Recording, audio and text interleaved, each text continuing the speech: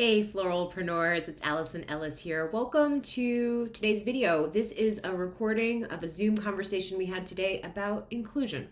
It's our inclusion conversation with Michelle Lane. Michelle is a performing artist. She's a vocal coach. She's an acting coach. She is a new floralpreneur. She started her own business during the pandemic, and she's a newlywed. She recently got married, and she's going to share with us some of her experience planning a wedding in a very heteronormative space that is our wedding industry, and some of the ways that we as wedding vendors can be more welcoming and inclusive of all clients. If that's what your intention is, to be an inclusive wedding vendor, an inclusive business, this conversation is for you. Thanks for being here, and we're gonna get started. All right, hope you enjoy.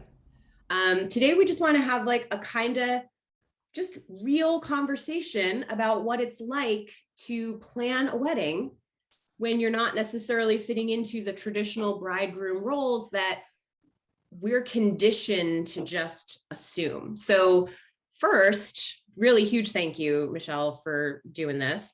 And little intro, I know you wrote me an intro, but Michelle is in Southern California. She is a vocal coach and an acting coach, which I think is very cool. And she planned a wedding during the pandemic.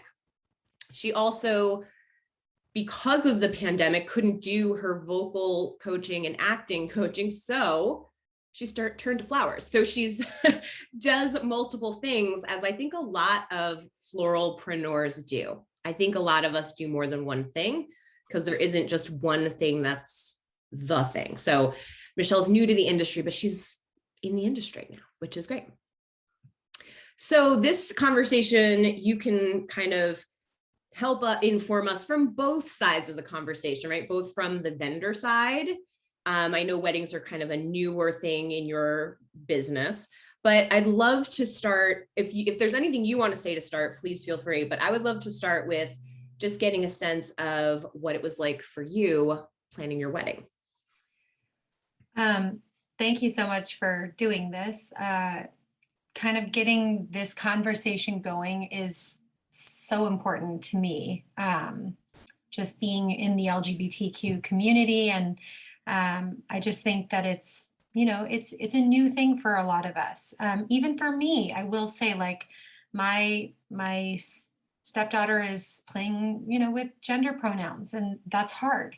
And it's not something that we grew up with. So we all have to be okay to kind of evolve and change and grow and move with what others are experiencing. It's not like about us. So I just kind of want to say that to like normalize it, because it's hard for me too. So just kind of want to put that out there.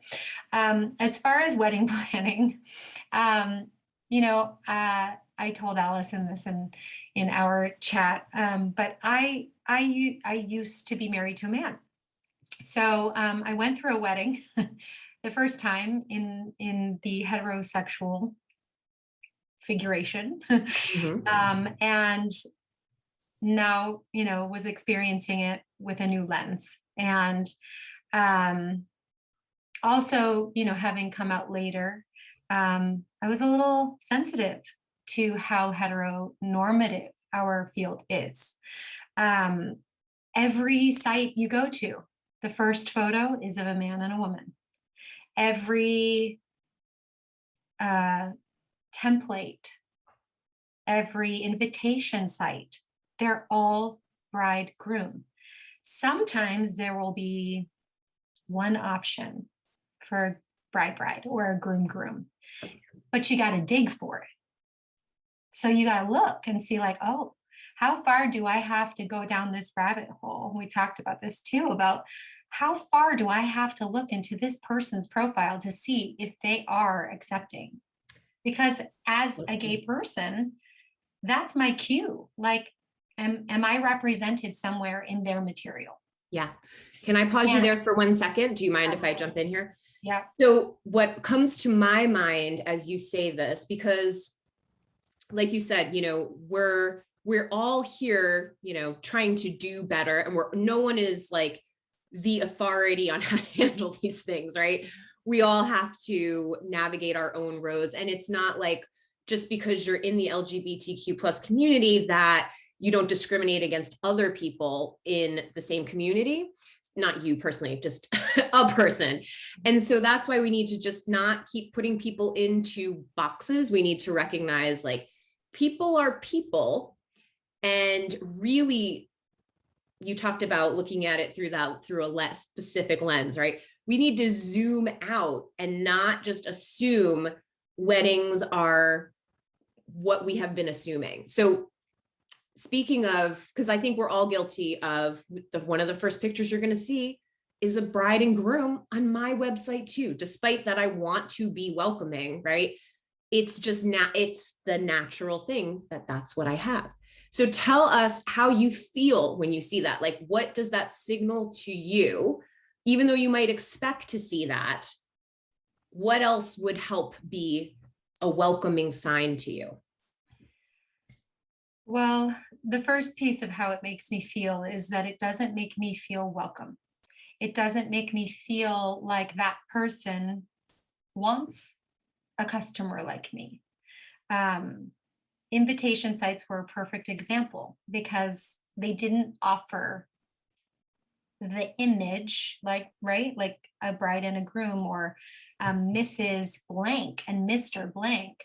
And I was like, well, like, clearly you don't want me as a customer because you're not even considering me as an option. Yep. So there's that piece. And then your second half of the question was, what would I like to see? What is something, what would you like to see? Or even if there was something that you saw that became where you got that, okay, you got that feeling, this person wants to serve me. This is for me. Well, certainly, I mean, certainly if there's like, if you have a bride or a groom, if you, or even, I mean, there's so many configurations. We like, not even saying bride or groom, because there's, people who are non-binary who don't want to be fit in any box. There are trans people who, fit into different boxes. If you're on the phone and they're like, hi, I'm Ty, and it sounds like a male voice, you're going to assume it's a male. But I'll tell you what, I met one and performed with one on Saturday who, if she was standing in front of you, you would not call her he. Right. Or maybe you would based on her voice, right? But that would be disrespectful. Right. So, so certainly if you have, a gay couple that you can, serve, like if you have that representation on your website. We were talking about like other areas of the world or the US where maybe it's not as prevalent. I'm in Los Angeles, we're all over the place here, but I know some parts of the world it's not that common. So I mean, you could offer it to a group, and say like, hey, I'd like to gift this service to you, maybe gift personals. We also talked about other ways to kind of do it yourself, where you just make 2 boutonnieres and say his and his, so excited to do this day. Who cares if it's not real? Like if you don't have people, you can still make, because that's one of the things we were talking about yesterday is representation. And then this is when we get into the loop of, it's like, well, how can I get a job if I don't have any experience? I can remember that commercial from being younger. And how can I get experience if I can't get a job? Mm-hmm. So it's like, how can I attract gay couples if I can't get a gay couple? It's this loop. And it's a little bit of an excuse loop, I think, that we're in at this point. Like at this point, there are lots of things we can do. And one of the things, yes, would be a photo shoot. But one of the things that, especially I think, I don't know, I shouldn't just say floral designers, it's the whole team involved in photo shoots, is putting together not real couples, not even, people in the LGBTQ community at all, just any 2 girls together. And we're going to pretend like this is a same-sex wedding or an LGBTQ wedding or a gay wedding, or however whatever box you're trying to put it in, it's all imaginary. There's nothing real about it.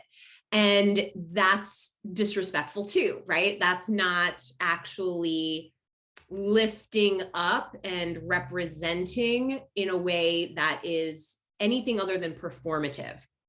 And that's why we want to have these conversations, and why we want to do better is because we don't want to get caught trying to look like we're inclusive, but then in reality, we're not, because we're not doing real work.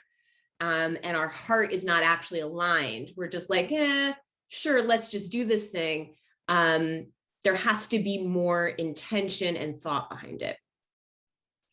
And that's when you mentioned, well, you could seek out a couple that you know and ask them to do a shoot. And then you said, well, or just shoot those 2 boutonnieres or 2 bouquets. And it's just like, just make a fake shoot without people, where you don't have to objectify people and pretend they're something they're not just for a picture. You can actually just create your own content that gives the wink and the nod. Hey, 2 boutonnieres, his and his, isn't this great? That's something you can pick up and be like, okay, cool, they do this. This company serves me. If I call this company and say, I need his and his boutonnieres, they're not going to be like, for Why?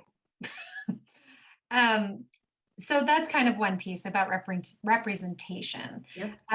The other piece is like, you could put it in your bio, put your beliefs out there so that people can read that you are supportive. Lead with it is what you're saying. Don't bury the headline. Yeah. Like, I was mortified of hiring a photographer or videographer that didn't have it in their representation, so much that I actually hired a lesbian couple to shoot my wedding, because I didn't want to have that self-conscious feeling of like, I can't kiss my wife on my wedding. So, so that, well, the wait, other let's thing, pause there. Sorry, yeah. I'm going to pause you there, because I think that's something that really deserves to be, just sort of acknowledged, right? That as someone planning your wedding, as you're looking at all of the choices you have, if we want to be your choice, you're not just like, hey, there's not enough fill in the blank here to make me feel comfortable. They're not performing enough for me to feel like they serve LGBTQ clients. What you're actually experiencing is, will this be safe for me? Will I be at my own wedding and have somebody there who isn't supportive of this relationship, who isn't supportive of my equal rights? And that's obviously 100% unacceptable, to have you be in a situation where you're uncomfortable at your own event. And so you have to dig deeper, right? Or choose somebody just because you know that they are safe, because that is the most important thing to you on your wedding day, especially, is for there to not be, I don't know, an incident, a mishap, a, bigoted comment, right? Yeah. Yeah. So it's more than just, oh, I'd really like to see myself represented. It's, I'd really like to feel welcomed and safe here. Yeah. And that should be what our goal is as wedding professionals who want to welcome in LGBTQ plus clients, instead of saying, well, they just don't pick me, or I don't know, it's hard to break into the market. It's like, it's probably not. We just need to try harder. The other piece that I ran into a lot was assumptions of Mrs. and Mr., right? So like, if I would call and say, hi, I'm looking for X, they would say, okay, great. And what's your husband's name? Or what's your groom's name, right? So just being really careful of making any kind of assumption, even the person on the phone. Yeah. Also, something I learned getting married is that Mrs. actually means you belong to a Mr. So that piece, I didn't even know that. I can't believe I didn't know that. Because I didn't either until recently. Yeah. I used it in my first marriage. But even that I was married to a man, I don't want to belong to a Mr. Like, that's like, so, I don't know. I know everybody has their own beliefs and feelings, and that's fine. But don't assume that someone wants to be a Mrs. Right. Please. Yes. Like you were saying yesterday in our chat, we don't want to be like, oh, it's Mrs. and Mrs. because there's no Mrs. and Mrs. because there's no Mr. for the apostrophe S of possession.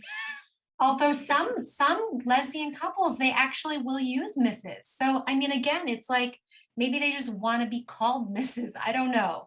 But just don't assume those right. titles.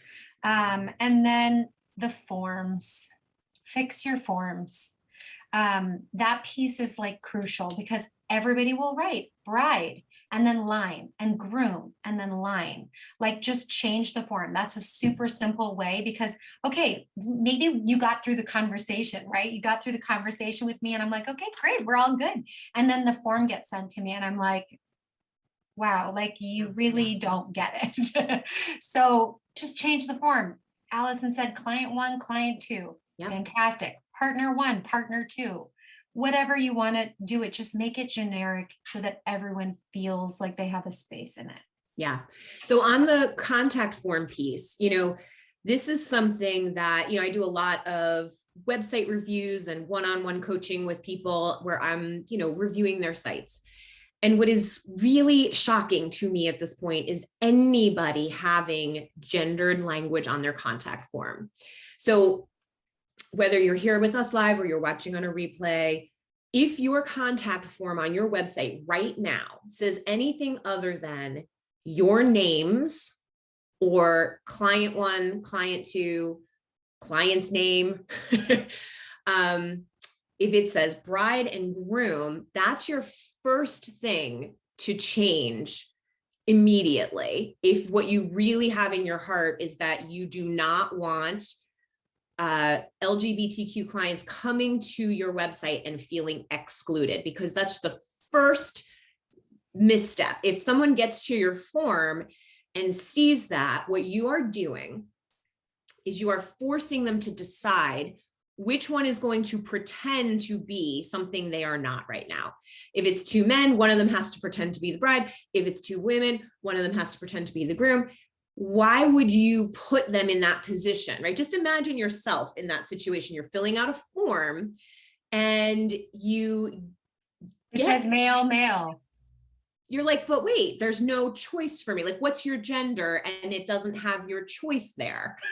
Or it's like, what's your name? And it's taking away letters that you need to spell your name. It's like, it's taking away their identity by doing this thing that is just thoughtless is what it is at this point. We are so far into being able to know better and do better that if there's anybody who has on their form bride and groom today, just please, it'll take you maybe 15 minutes. If you don't log into your website a lot, it might take you longer because you got to look up your password.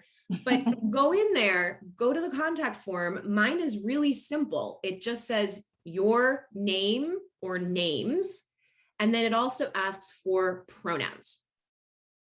So that's the first way, right? Look how I'm getting claps for doing something that was so easy, you guys. See, it feels good. And also on our Zooms, I know like I logged into a weird account initially, but on your Zooms, have your pronouns. It's not for you, it's for them.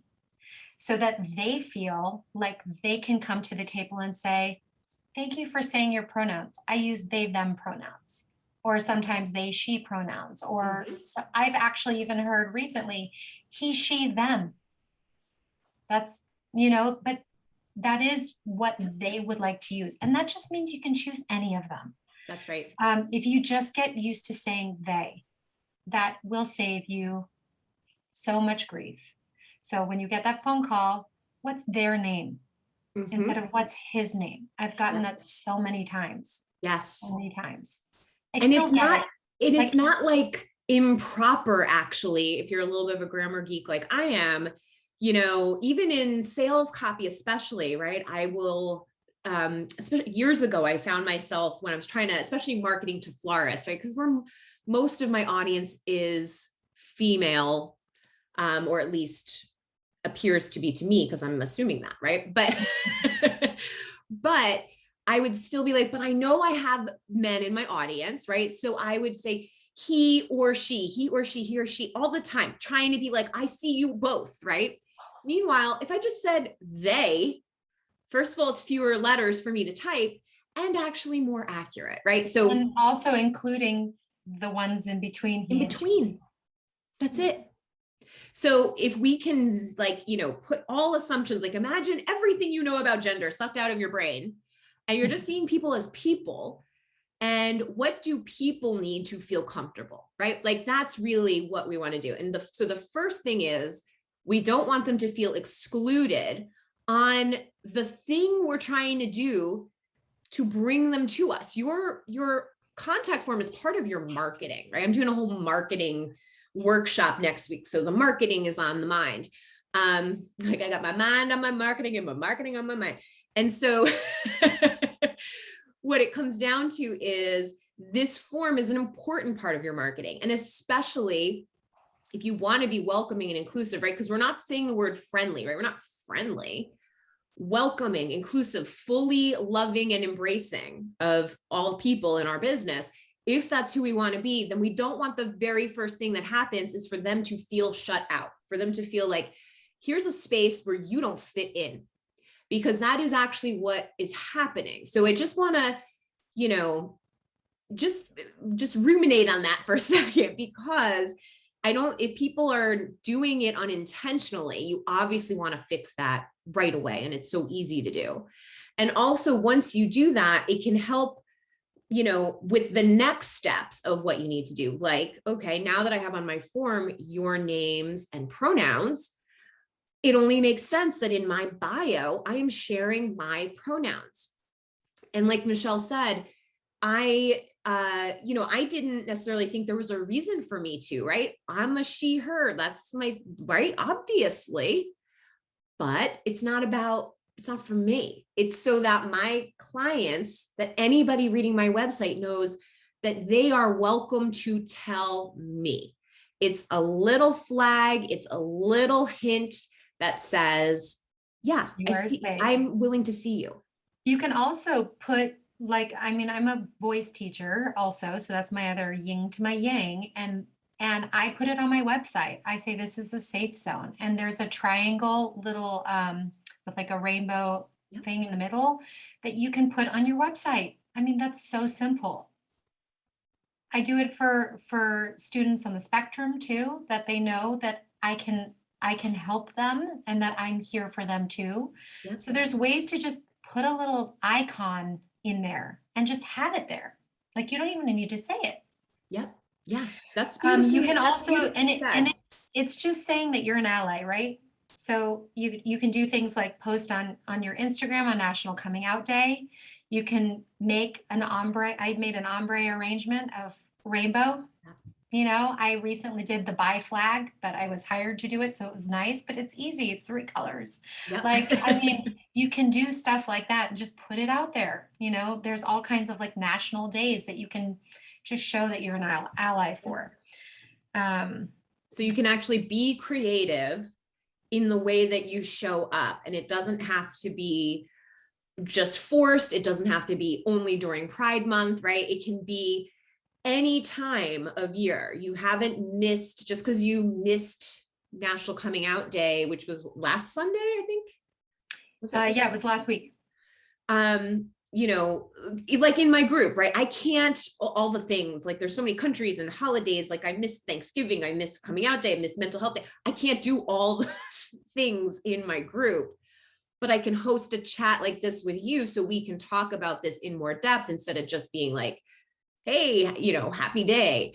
If it's easier to just say, hey, happy day, do that. Like just do what you can is the point, right? Anything you can do. That's how we start showing up. That's how we start doing better. Oh, and we talked about pronouns too, but also you can update them in Instagram. Mm-hmm. So there is a section, I mean, it came out months ago, but if you haven't already done it, put your pronouns on Instagram. Just there's a thing. Embrace it. Embrace the idea that you showing up is going to make someone else feel seen and accepted, right? If just imagine if all you have to do is, change the first line on your form, on your contact form, to just say your names, and update your pronouns on your about page and your Instagram. And even if just one person feels not excluded because of you, wasn't that worth your time, right? That's what I think. It's just, if it can be that simple, which there's so much more to it, right? But that is the first thing we can do, and it's the simplest thing. So we shouldn't think there's any reason that we can't do that. There's no, oh, you know what? I have 2 weddings this week, I can't do that, I'll have to wait. No. Now, you go sit down, do it right now. I also want to talk about the intake conversation. I recently got to do it with one of my friends, which was nice. It's my first wedding, and also a gay wedding. So I actually haven't met her soon to be, and I didn't know if they wanted bouquets or boutonnieres or pronouns and things, and also their bridal party. So you don't want to assume just because there is a maid of honor that person uses she, her pronouns. So that's where I caught myself. So I'm sharing it with you because I was like, perfect. Oh, what personals would you like for them? That I had to stop myself and go, oh, I don't know who that person is. Even though it sounds like maid of honor, in my brain, I'm even assuming it's a female. Right. But I know it's a gay wedding. But even still, if it's a straight wedding, right? Like if it's a straight couple and they have people in their party, don't assume the people on the bride's side are female or male on the groom's side. And oftentimes we're seeing it kind of mixed up now, right? Like there's true. Who cares, right? People don't care anymore. It's not so. And, on that, sometimes you're just getting into the bridal party itself. There I go, right? Bridal party, wedding party. If it's not an LGBTQ couple, it's a, bride and groom getting married, but they have friends in the wedding party, right? Who identify not as they present, or they're like, yeah, she's a she, but she would never carry a bouquet, right? We can help our clients have that conversation when we're open to it. Like I've had plenty of people over the years say to me, well, I'm going to have 7 bridesmaids, but one of them is not going to want a bouquet. She'll be in a suit. So then it's like, how do we make that conversation easy even for our straight couples, right? How do we make them know that their closest friends, right? These people are in the wedding party. The people that you love are also safe with us, because it's not just about the couple. Sometimes, I've had clients who have a trans parent, or, I remember the first time I had a client who had a transgender parent, and it was like, it was a lot of years ago now, right? And it was like this novel thing of like, oh, and wanting to make sure that everybody knew that like, we're cool here. This is totally cool. I'm not looking at you side eye. I'm not wondering. Awesome. Great. What kind of flowers do you want? What do you prefer? Right. So it's yes, the couples, but also their families. So this is why doing these small changes make a big difference, even to your bride and groom couples, even to your heteronormative perfect box fitting clients. They will appreciate that you're making this effort, because everyone knows and loves someone who is part of the LGBTQ plus community. I believe that. I think every single person knows someone and loves someone. And so when you see people showing up for the community, when you think of yourself as an ally, you're like, I am going to choose this person to be my wedding person, my florist, my whatever, because they care about the same things I care about, which is all people, right? And just, give yourself that second thought. That's what I would say is like me too. I have to stop and think before I say. Um, if you see two boutonnieres and that's a confusing thing, or no bouquet and no boutonniere and it's all different, um, consider the other options. Be careful with the pronouns. That seems to be the hardest thing, but that is also it's a newer thing, but it's definitely happening. Yeah. And it's happening a lot now, and especially now that people have permission to. Yes. So And it's especially something where, the younger generation, it's like they're all experimenting with, I mean, gosh, I've even heard like made up pronouns, from teenagers that want to be called cactus today, and it's like, well, okay, cactus said. we have to be able to roll with the times, right? And yes, there are going to be some people who, one of the conversations around pronouns. Sorry, I just want to acknowledge Teresa's comment here saying, thank you for hosting this. I have to go, but I'm excited to make changes to my language that reflect how I want to treat everyone in a welcoming atmosphere. So thank you, Teresa, and we'll make sure this replay is available for you later. So have a great day. It's, the way we even talk about pronouns, because it is new, I'm air quoting the hell out of this conversation. Yeah. It's because it is more prevalent. There you go. Because it's been, like you said, the permission has been granted, right? To, hey, let's talk about this. We can get tripped up even on the idea of are these preferred pronouns? Are they experimenting with pronouns? Or is this how someone identifies? And so it's going to depend on the person. And so let's just believe people, right? When they come to us and say they are they, or they are she, they, or he, they, or whatever they may be, let's just believe them. Let's just believe what they're telling us and not question it. It doesn't have to make sense to us.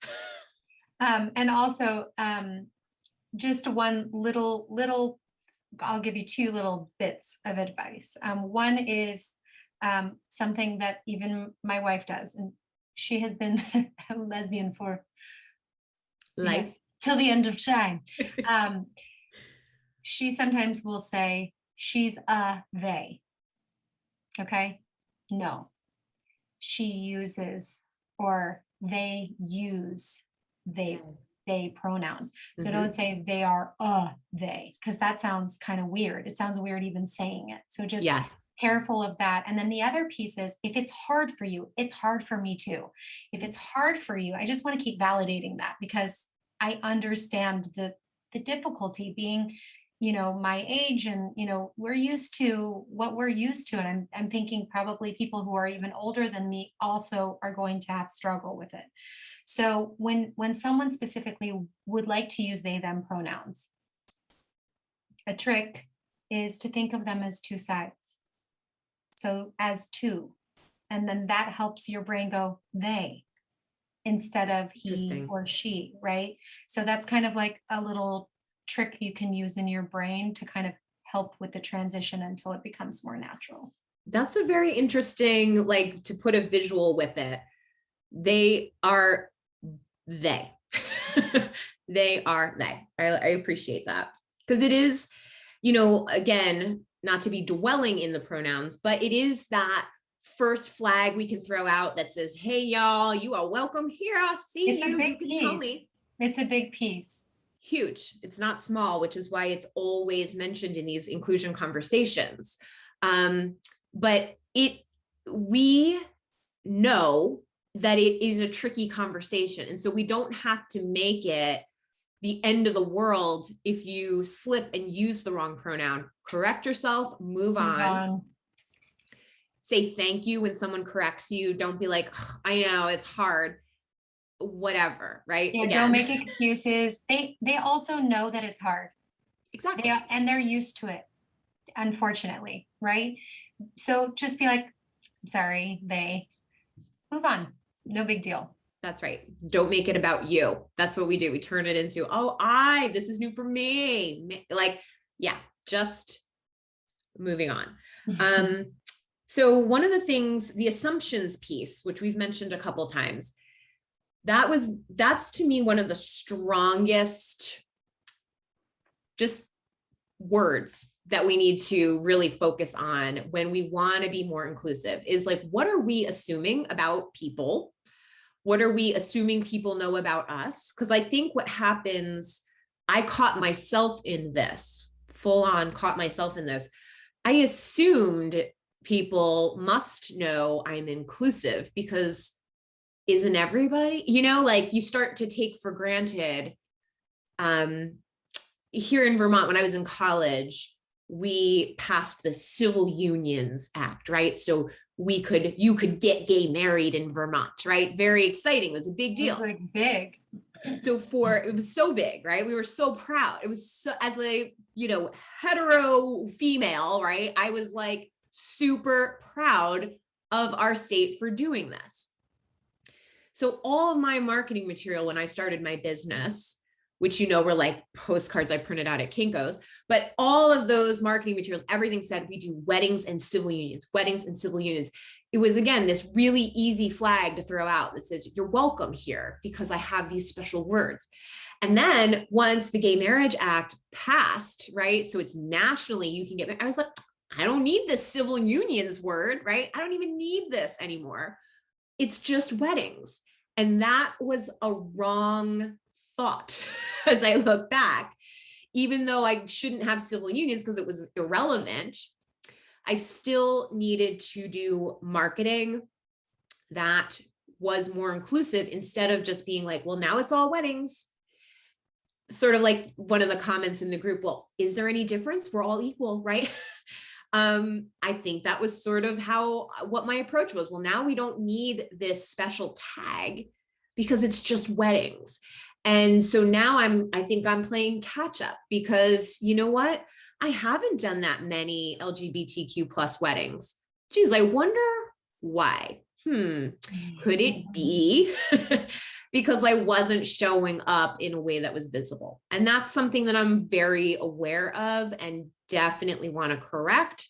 And why we're having this conversation, because I know other people don't want to make those sorts of mistakes either. Because they are mistakes. It's a mistake to not speak to a huge segment of the population who could be hiring you for work.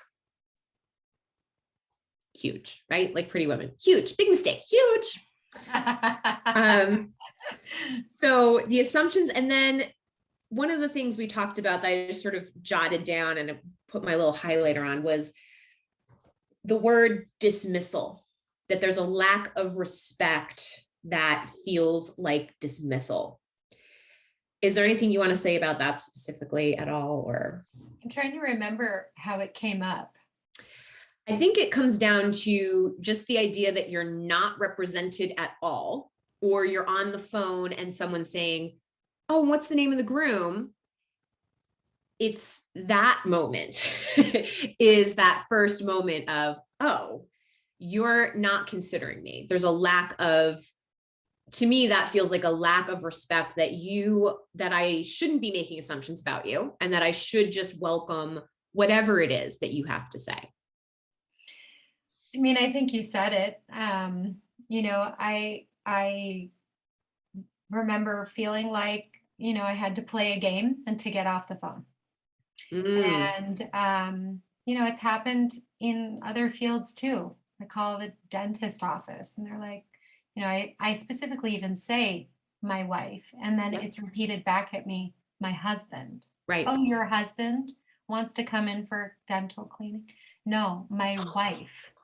Like I said it already once and I fed it to you because I knew you were going to make the assumption. Like I find myself doing that intentionally so that the mistake, like I don't say spouse unless I feel like I'm not safe. If I feel like someone is going to judge me or treat me differently, I will use spouse. Although I feel like it's weird. And if someone says spouse, that they're gay. So like that just feels weird anyway. Partner also feels very gay. So I usually will just out myself quickly so that it's out there and heard. But when it is prompted at me in the other way, it shuts me down. I mean, it doesn't feel good. It's like, anybody receiving any kind of bias or I don't know if that's the right word, any thing that is not inclusive of who they are.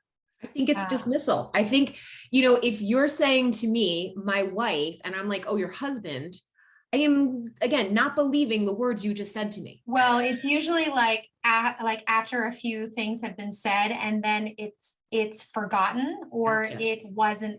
it didn't register, or it's like a slip up. So it usually comes out in that way. It's not like, oh, my wife, oh, your husband. Right. It's not like so immediate. It's usually like a delay in between when it happens. But it happens enough. I mean, Yep. It really does. So, I'm here because I care about change. I care about trans people, and I care about the representation and feeling like we're all in the same place together, so it matters to me doing things like this, and that, those of you who showed up, and those of you that are going to watch it and make the changes that want to make the changes, and even if it feels weird or it feels unnatural for you, that you at least try, right? Yeah. Like at least try for other people, not for you, for others. There it is. We're doing this for other people. We're doing it selfishly for ourselves so that we attract good business. Okay. That's also why we're doing this. We're not just doing this for kicks, for fun. We're doing this because this is good business. It's also good humaning, right? We're doing this for other people. We're doing this so that other people feel seen, heard, loved, welcome, accepted, celebrated. If you are planning a wedding, you should feel celebrated by the people you're hiring to put together that celebration.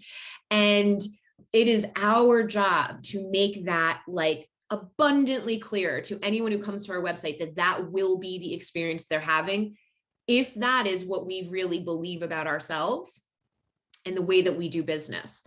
And the more, so I'm part of a nonprofit organization we founded during COVID called the Wedding and Event Vendor Alliance. And we exist to create a space that helps to bring people together who want to create inclusive event spaces, anti-racist event spaces, because we actually kind of have a problem in the wedding industry, right? Like, I mean, I didn't start this conversation from that angle, but I guess that's where I'm kind of ending it. Like, we do have a problem of exclusion in the wedding industry as like just full stop, we have an exclusion problem. And so if we want to fix that for our customers and for ourselves, one of the things we've been quoting is one of our local activists here in Vermont, Curtis Reed Jr., who says bigotry is bad for business. And that's been his sort of angle is, well, if people won't become anti-racist or become more inclusive because it's the right thing to do or for other people, then maybe they'll do it because it's bad for business if you don't. And so whatever your reasoning is that you should do better, be better, it's better for your business all around if you can be more welcoming and inclusive. And you said just now, Michelle, like, if you make a change when you leave here, Melissa had to jump off, but she said, had to jump off, but thank you so much. Just updated my forms to be more inclusive while we chatted and added pronouns in Instagram. So, right. Melissa's not here, but we love Melissa for doing that, because that's all we can ask, right? We're not asking anybody to like be perfect or, just take any bridegroom reference off of your website. But, if we want to go deeper, read into everything you have written on your website. Read the exact copy that you have. Does it leave room for all people to see themselves in those words? Or Is it things like the brides and grooms we work with? The brides and grooms, like, could you change that to couples instead of brides and grooms? Could you change that to whatever? I'm not going to go into all these different possible scenarios. Yeah. But you will find, if you start to look, you'll find places where you are not being inclusive on your website repeatedly. And so, just back to where we started, because we're going to wrap this up. But when you were planning your wedding, Michelle, you had to vet people for their services and also for safety and acceptance. How far should people have to dig to find out if your business is accepting, inclusive, and safe for them? That's the question for you to answer yourself. Should they know as soon as they get to your about page? Should they know the minute that they open up your homepage, because you've got couples of all different shapes, sizes, colors? Is there a little symbol, like Michelle was saying? How do they know, and how long does it take them to figure out that you are there for them? You are there to serve. That's the question. Mm-hmm. Is there anything else you wanted to say, Michelle, before we wrap this up? You've been so amazing to share your experience and just your gentleness around it, where this isn't like, let's blame people for not doing things right. We need to recognize that everyone, if we assume, here's the one assumption I am making lately, I'm assuming everyone is trying their best. It's hard because some people seem like they're the worst right now, but I still think they might be trying their best, and that's the best they can do. So that's the only assumption I am now making, is assuming everybody's doing their best. So yeah, is there anything else you wanted to add or to put a cherry on top of this convo? Just, my big piece is that it isn't always about us, life in general. And I know, as someone who is in their second year of business and like really genuinely trying to build, I still always make it about others. And I think we can get stuck in the mindset of, I need to bring in more money. I need to. But I think the more you give and the more that you put out, the more you will receive. Sometimes people don't want to change their ways of doing things, and I can't change that. That's right. So that's the piece I have a hard time accepting. But those who watched this today, I know you're here for good, and I appreciate you being here.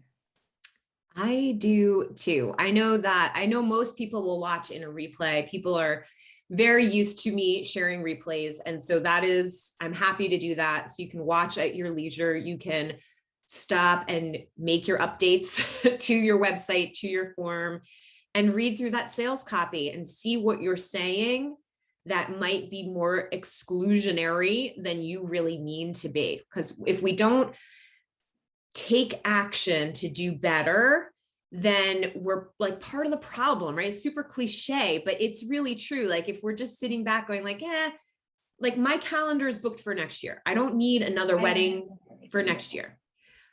So I could easily be like, you know what? I don't need to touch my website. I don't need to touch anything. I'm not even looking to bring any clients into my business. But, right, that's very short-sighted. That's not what it's about. It's not about me and how much money I'm going to make from the client. It's about, how do I let everybody know what my business stands for? It's part of the core values. That's why you'll see it. So just maybe this will be a way that I end this with, some actual tips on where you're putting this information. Creating core values where you're saying Black Lives Matter, love is love. What are the things that resonate for you that you can say to people, I see you, you're welcome here, and make sure it's out there. So for me, it's on my core values page, my about page, it's on my form. So I want to show up in a way where people aren't having to look and search and wonder, should you have to look at my website and go to my feed and try to like Google me to find out if I am friendly, welcoming, and loving to all people? I hope not. I hope that's obvious from the minute that you start to look into what I do, that I see you and welcome you. I think that is I just wrote it down. Add a core values section to my website. I just learned like that is perfect. Everybody should have that. Core values. Just put it in that. And then someone like me doesn't have to dig. It's just there. It's a perfect, easy spot to say what you stand for, what your business stands for. And it's sometimes easy to skip it because you're so busy doing all the things in your business that you don't actually sit down. Most people start their business without even a business plan, right? So there you go. I know. I wasn't calling you out, but yeah, I know. Quarantine business. That was like figuring it out. We jump. And now we're in it. And now we have the business and we have the website and we're doing the stuff, but we're using gendered language. And we're like, wait, hold on. Let's just back this thing up to, what do I stand for? What does my business do? Who do I serve? Do I serve all couples? Because if I do, let me make sure I'm making that crystal clear so that I'm not losing business from even people who, again, you don't have to be in the LGBTQ plus community to appreciate inclusion. And there are plenty of bridegroom couples who are going to choose you because you're inclusive. You're not only going to get more LGBTQ clients, you're going to get more clients, period. That's the thing. It's good for business. Huzzah. Inclusion is good for business. Instead of bigotry is bad for business. Inclusion is good for business. All right, I'm looking at my notes here, and I think we got all the things that we talked about. We already have people fixing forms, adding pronouns, and we really appreciate you guys for watching. Again, whether you're here live or in a replay, appreciate you. If anybody has any comments, feel free. Now is your time. Speak now or forever hold your peace. I will put up a replay as soon as I can. It has to process, and then I'll make a little blog post and make this easy for people to share who want to share it with other wedding industry folks or any industry folks in any industry, anywhere, because we need this help all over the place. Yes. Thank you for hosting this, Allison, and for making it a priority in your day and your week and life. It's I have 2 weddings and I'm like, let me just this first, right? Because it is a priority for me. So I appreciate that. I appreciate you saying that. It makes me feel seen because I am prioritizing this because it is genuinely important. And I know that people will benefit. So your time today, super valuable. I really seriously appreciate just your realness and your ability to speak so beautifully about this. And, when I messaged you and sort of kicked off the idea of this conversation, you jumped right in, like, let's go live and do this. Like you were so ready. And I was like, I don't know this person, but yeah, let's do it. We're doing it. So anyway, thank you. I look forward to making you my future best friend. And we will be in touch. Thank you so much. Thanks everybody for watching. And keep doing beautiful work. We'll see you next time. Bye.